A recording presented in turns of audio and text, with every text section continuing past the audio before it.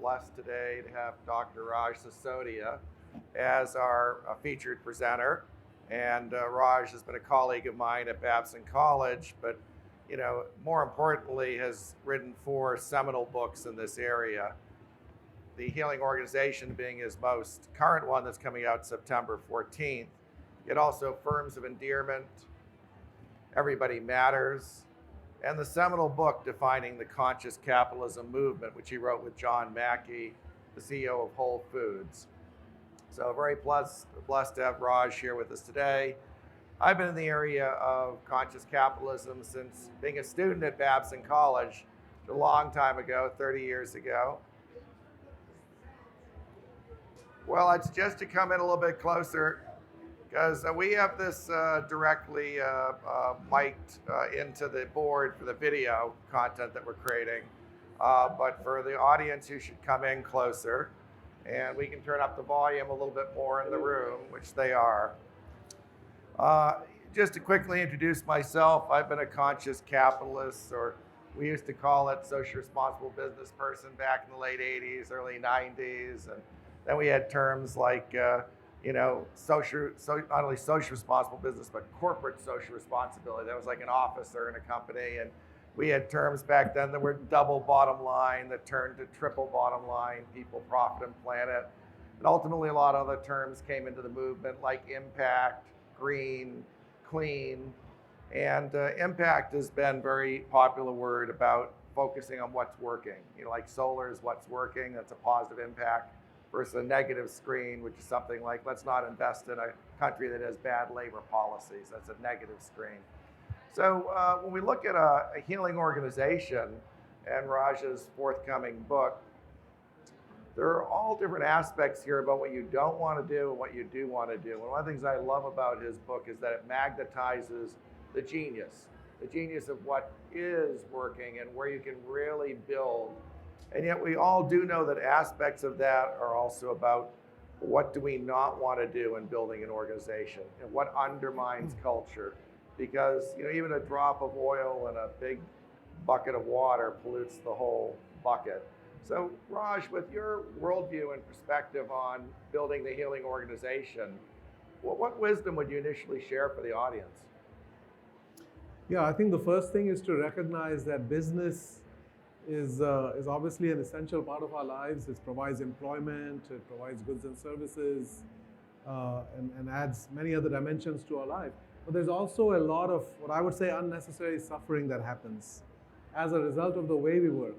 So it's not the work itself that causes suffering, it's the way in which we organize and lead and manage and measure and motivate and reward and punish and all the rest of it.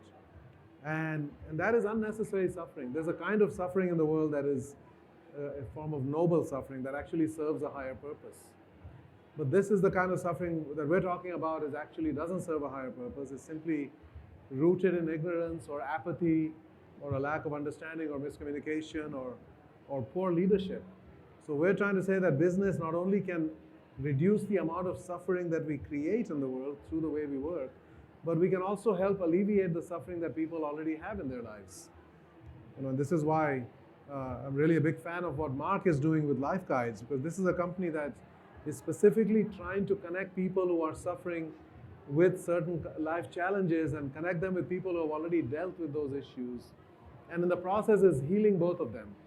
It's healing the recipient because they obviously need that wisdom, but it's also healing the giver because we human beings have an innate need to care. We have an innate need to look after each other. And we're trying to bring that energy into business writ large. In other words, fundamentally business, I believe, is about healing. Because in a free society, governments don't meet our needs. Governments don't provide for us. They provide the basic infrastructure and the rule of law and so forth. And businesses are given the opportunity, but also the responsibility of understanding and meeting our needs. And if you do that with the right energy of actually serving people and taking care of them, that is actually healing. If I truly meet somebody's need with care and with authenticity, you're healing them.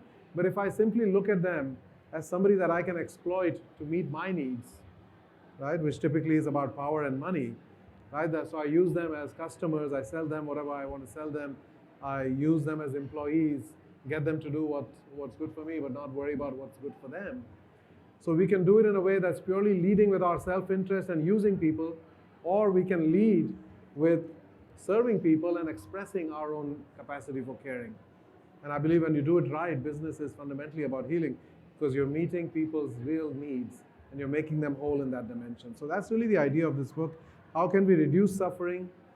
How can we elevate joy? We believe the workplace should feel like a playground and not a prison. And for too many people, it feels like a prison, right? You check in, you check out, there are constraints, there are limitations, there's a lot of control, there's a lack of freedom, there's a lack of ability to express yourself and your authenticity.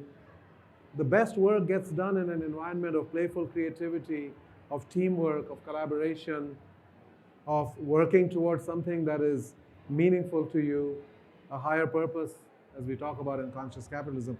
So we believe that all of that is within reach, and in this book we have about 25 detailed stories of companies that are doing just that. They're actually taking an aspect of life which normally causes suffering, whether it's for employees, whether it's for the children and families of employees, for customers, for communities, for the environment.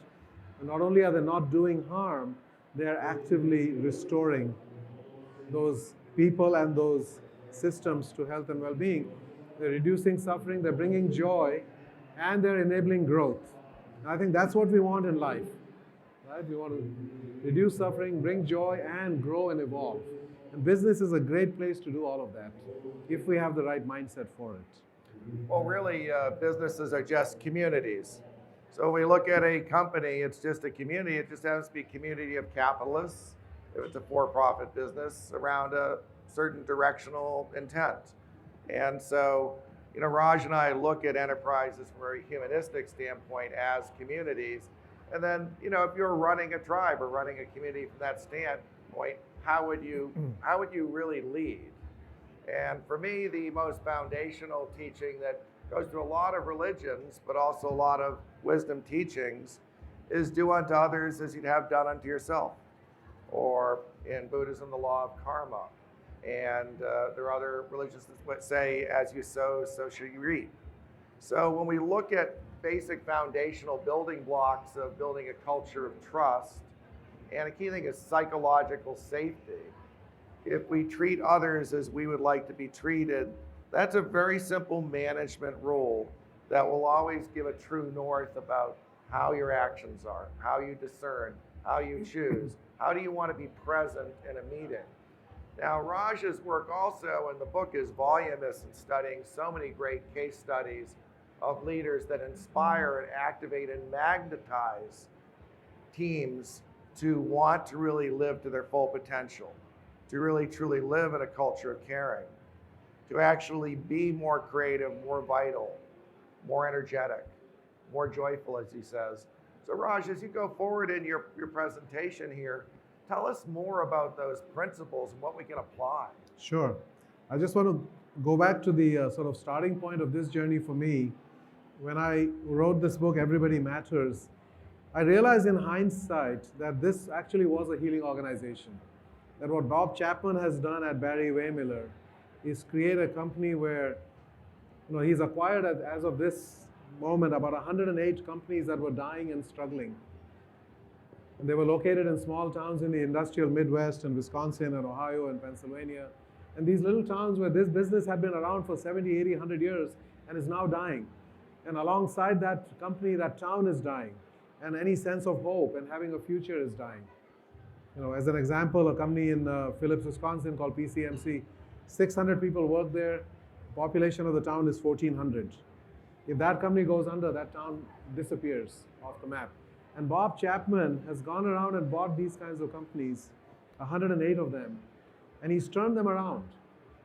Same business, same people, same location, and they were dying and struggling, and now they are thriving. And he doesn't buy companies, he adopts them. That's the phrase. It's like adopting a child. He has never sold a single company, he has bought 108 of them. And why does he do this? Because he wants to give those people a future. He wants those people and their children and that town and that community to have a future. And he takes this, as I said, the same people, but the secret to it is putting people first, putting people at the center, practicing what they call truly human leadership. where they say we measure success by the way we touch the lives of people. And that's the ultimate measure of success. It's not revenue, it's not growth, it's not profits. All of those follow. And by the way, this is an extraordinarily profitable company. And that's what happens when you actually put people at the center and empower them and care for them authentically, that people then do extraordinary things for the business.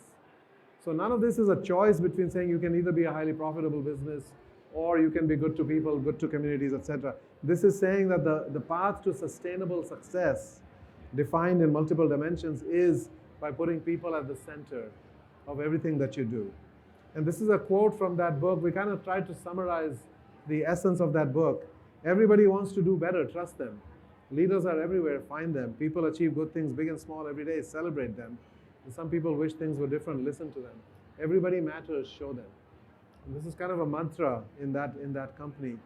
And as I looked at this, and I was with Bob last year, just when I was starting writing this book, and I asked him what he's doing. He said he's traveling all over the world looking for more companies to buy. And he's looking at 10 or 12 acquisitions this year. And I said, Bob, you've already got 108 of these companies that you bought. You have 26 grandchildren. Why do you need the aggravation? You don't need the money, right? You don't need the, all the hours spent traveling everywhere. And he said, I don't know how many years I have left. And on my deathbed, I will not be proud of the machines we built or the money I made. I will be proud of the lives we touched. And before I die, I want to touch as many lives as I can. And I said, Bob, you're not growing a business, you're spreading a healing ministry. Because when Wayne Miller and Bob Chapman come to town, life gets better for people. People are waiting, right, for him and his approach to leadership. And he almost feels an obligation to grow. Because when you have something that can alleviate suffering, you have to take it to people. And that's what I think this is ultimately about. When you create a business that does this, right, then you actually not only grow from a selfish perspective, you need to grow from a service perspective.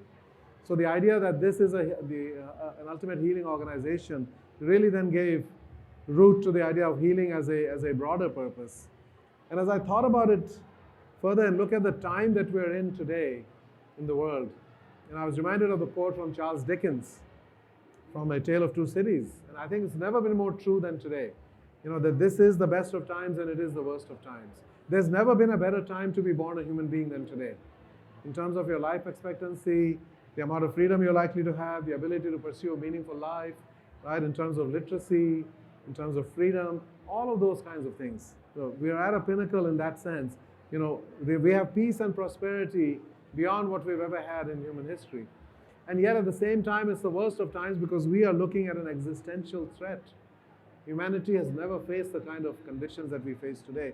And which direction we go depends on what business does. If we continue with the same way of thinking about business, we actually will end up, as he says, the age of foolishness, the season of darkness, the winter of despair, etc. That's what's in front of us if we don't change. But if we do, then in fact, we can create great joy and healing in the world. So I believe that the fundamental need in the world today is about healing.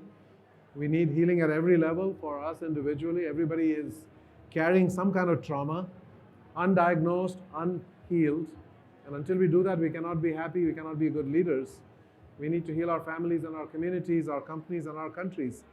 This country has never been more divided in its history probably, or at least in recent memory.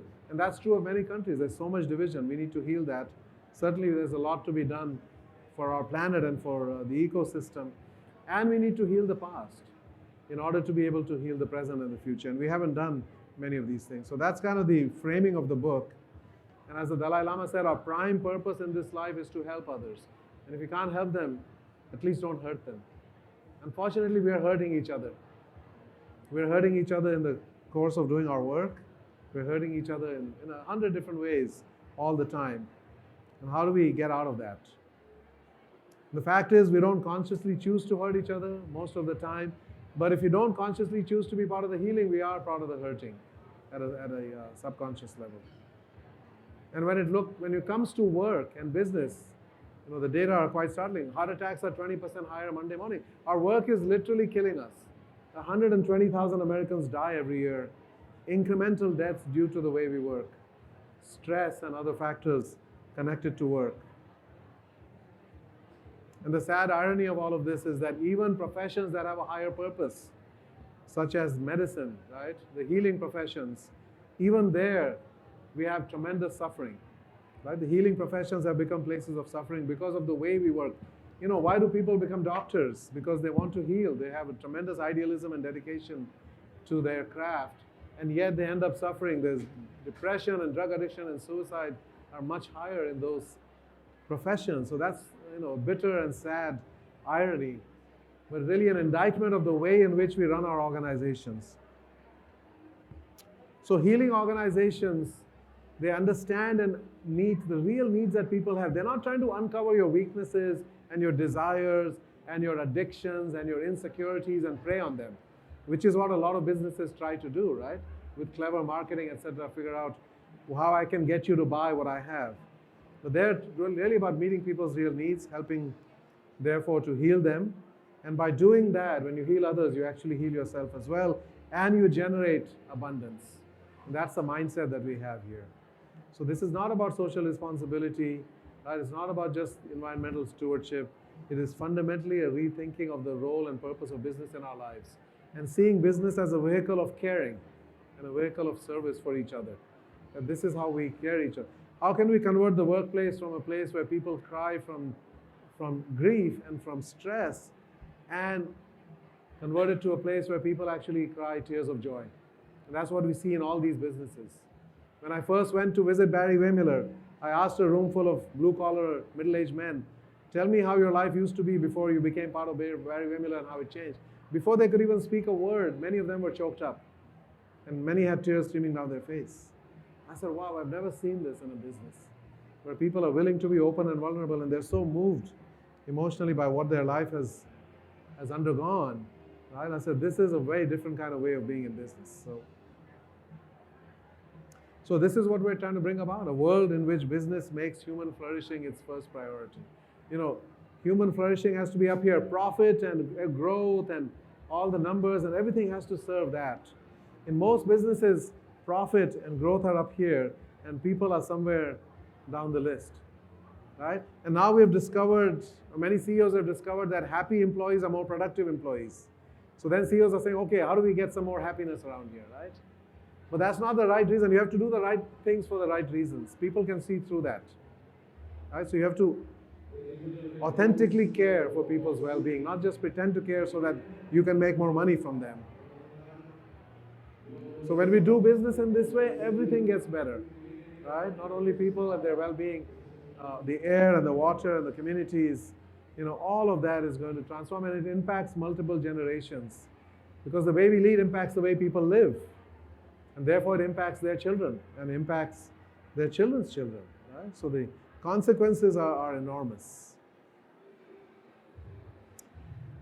You know, we have a bunch of stories in the book, and I don't know if you have time to get into those, but that's really, if you get the book, it's coming out in September, you'll get about 25 stories of companies that have gone on this journey, how they have done it, and what the consequences have been in human terms, but also in business terms. So it's pretty dramatic, actually. We have about 12 minutes left. Okay. And in that 12 minutes, we certainly can have some audience interaction with questions. Certainly, I do believe that it's hard to walk the talk. You know, what Raj is saying is seminal, it's powerful. I try and do it myself, and I fail pretty poorly oftentimes in different companies in trying to create great corporate cultures, having been a CEO. And it's really interesting in just the struggles of being human and being in an enterprise, and how do you deal with it when a coworker continues to let you down and not live up to their standards of their job. You feel like you're in a firefight, and you know your soldier in the army next to you in your company's, you know, not showing up for the game. And you know, how does one not be critical, direct, or somehow even frustrated about that? So personally for me, it's a process of, you know, how to learn to re-communicate or rewire myself, because I react in those situations. And I'm curious, Raj, when you are out there working with executives that are trying to apply these principles, you know, at least for me, it's very hard to, you know, be good Mark all the time. Sometimes I'm Sure. bad, Mark. Sometimes I, do create a culture that is critical. And, we have urgencies and emergencies, and people sometimes let me down. And it's not just about, oh, great, you'll figure it out eventually. No, we need to figure this out right now. Yeah. How do you counsel leaders to communicate? Yeah, no, I think that's a very important question, because the consciousness of the leader puts an upper limit on the consciousness of the organization. And if the leader is operating at a certain level of consciousness, the organization and the people within it will not really be able to rise above that. So leaders have a tremendous responsibility to continue to grow and evolve themselves. And in the language of this book, they have to heal themselves, right? Leaders really have to focus on their own healing, because whatever is not healed within you, as we say, the macrocosm is a reflection of the microcosm. And it'll show up 1,000-fold magnified and amplified in the culture of your organization, whatever it is that's missing within you, right? So I think it's critical for leaders to have that level of self-awareness and to understand what it is that they need to do to heal themselves, and to continually be on that journey. So it's a never-ending journey, right, of healing and of elevating consciousness. So I think whatever it is that's causing those moments where bad mark shows up, or whether there's a gap in communication, there's something within us in our childhood, there's some experience we had. As I said, we all have some kind of PTSD, and most of us haven't even looked at it, forget about addressing it, right? And I think that's critical. Yeah. I think it's one of the great responsibilities of leadership, because all of these things are contagious, right? Whatever the leader's emotional state, spiritual state is, will impact, disproportionately the energy of the organization. So one of the wisest simple sayings that came out of a business I was running almost 30 years ago that was socially progressive and helped me, because I'm a perfectionist, and you've already heard that I have this challenge. And the challenge, by the way, is how I manage myself versus how I manage other people. I'm not real tolerant of myself not living up to certain standards, and then how does one manage others? What triggers are there? One of the simple things that came out of that team was this team slogan that perfect results don't require perfection. And so we actually can't have perfect results without having everybody have perfection. And in the growing curve of companies, what we find from, like my favorite book of the year, Blitzscaling by Reid Hoffman, there are different evolutions of companies and how the founder needs to let go, or how managers need to let go as things grow, or as you elevate in your career. And those are special tools that are good muscles to start practicing, because at points one does need to let go and trust. And then how does one build a field of trust in the enterprise that's able for you to psychologically really trust and let go? And then also accept the duality of how messy business is. Again, perfect results don't require perfection. It really is messy. So for me, these are part of my personal struggles and process, even right now.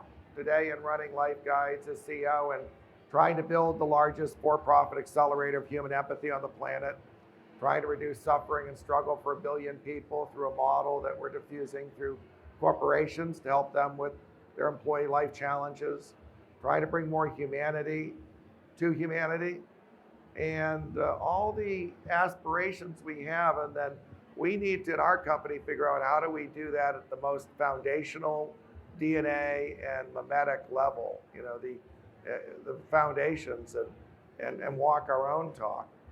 So it's not easy. I just want to say that as a leader, traveler, journeyer with you at every level of the organization.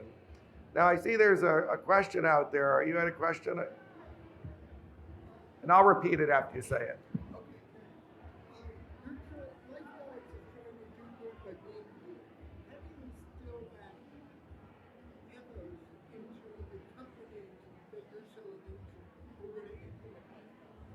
So the question was, LifeGuides, where I'm CEO, is trying to be a really good corporate citizen and how do we infuse that ethos of goodness into the corporations that we're serving? And I would just say that, our model there is really easy.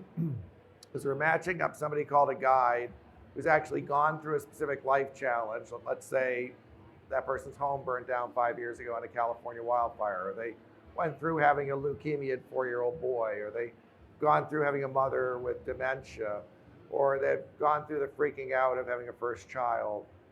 These are life challenges. So our guides, because they're quality controlled, they're tested for people that are high empathy, high active listening, and they want to serve, they want to give their gift. Once you match them with employees in the company, it's by its very nature is going to reduce the suffering of the human beings in the company. And it's going to do it with an empathetic, active listener that brings real life skills. And that creates radical acceleration of empathy and healing. So I believe foundationally, if you can improve understanding, reduce suffering, increase empathy in a corporation's employees and families, that will shift the nature of the enterprise, the community of the company. So that's how we do it. Now, at another level, what I was just talking about is how do we try and model that inside LifeGuides? And at times I struggle with that, and I'm very transparent about that. Yeah. No, I do think that consciousness can be infectious. So a conscious company can impact its customers, its suppliers, its partners, etc. And I think in this case, when you go to a company and hold a mirror up to them and say, do you realize how much suffering your people are going through? Because most businesses don't think about it, right? They only think about what happens at work and what do people need to do to show up and do their job. So you're going to make people aware of the kind of suffering that their people are experiencing, and then they're going to see the impact that this will have on those companies. So one of these companies, this company over here that I'm talking about, it's a call center called Apple Tree Answers. And after they went on this kind of a healing journey, their employee turnover used to be 118% a year, right? And the industry average is 150% a year.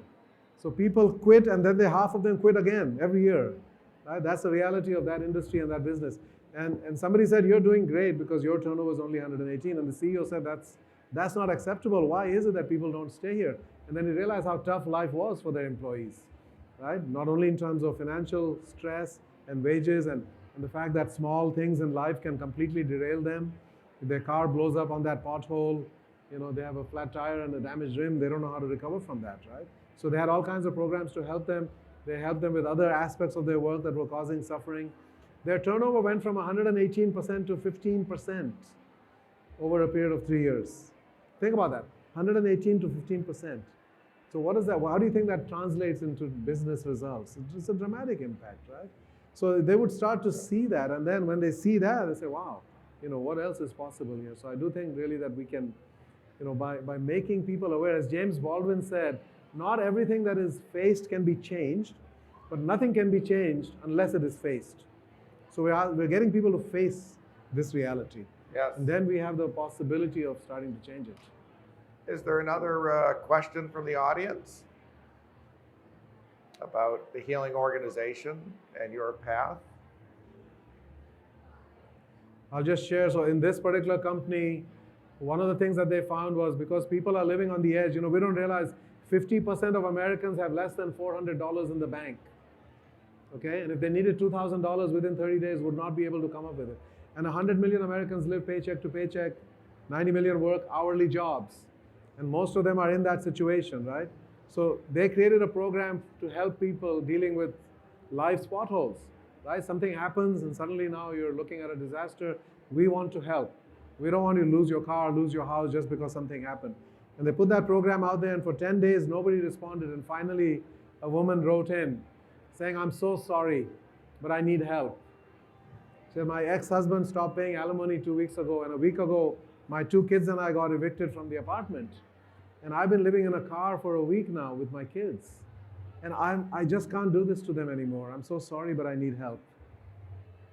Right? And the CEO sees this come through. And he says, all I felt was a deep sense of shame. He said, I started this company. I'm the CEO. It's a mother who works full-time here. And she's homeless, and she cannot even tell us. What kind of a company am I running here? Right? And his eyes were awakened, and his heart was opened to the suffering going on, right? And of course, they got her into a hotel that night. They helped her get into a new apartment, helped her furnish it within a week, helped her with the first month, last month, one security deposit, all of that, right? It's not easy.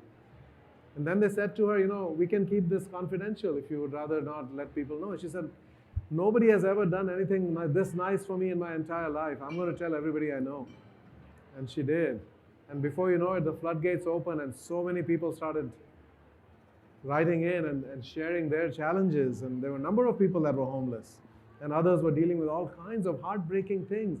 But people are stoic and people are heroic and they just walk around with these burdens. And we have no idea. If you could put a thought bubble above everybody's head, oh my God, you're dealing with such a weight. How can I help you with that? And it's just, for everybody in this company, it's just open their hearts and awaken their spirit and enable them to be there for each other. And it's a priceless thing, right? It's not just in the numbers. It's the whole humanity of it, And so, yeah, I'm telling you, Michael and I cried, I don't know, many times just writing this book. And people read it and they cry.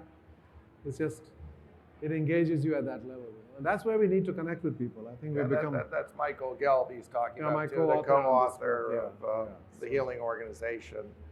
And yes, it is about that opening of the heart. And it's interesting, when one of my closest friends passed a few years ago as my CFO for 14 years, near her deathbed, she put her hand on the heart. She said,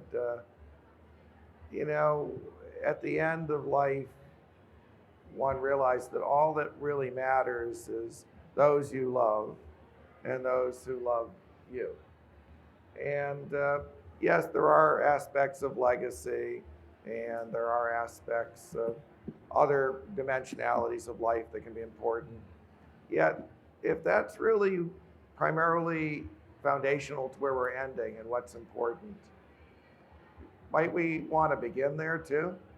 It's going to be a lot easier to get there if we travel with love, travel with more awareness, more caring, more sensitivity, and take risks on that. How do we take risks at work even?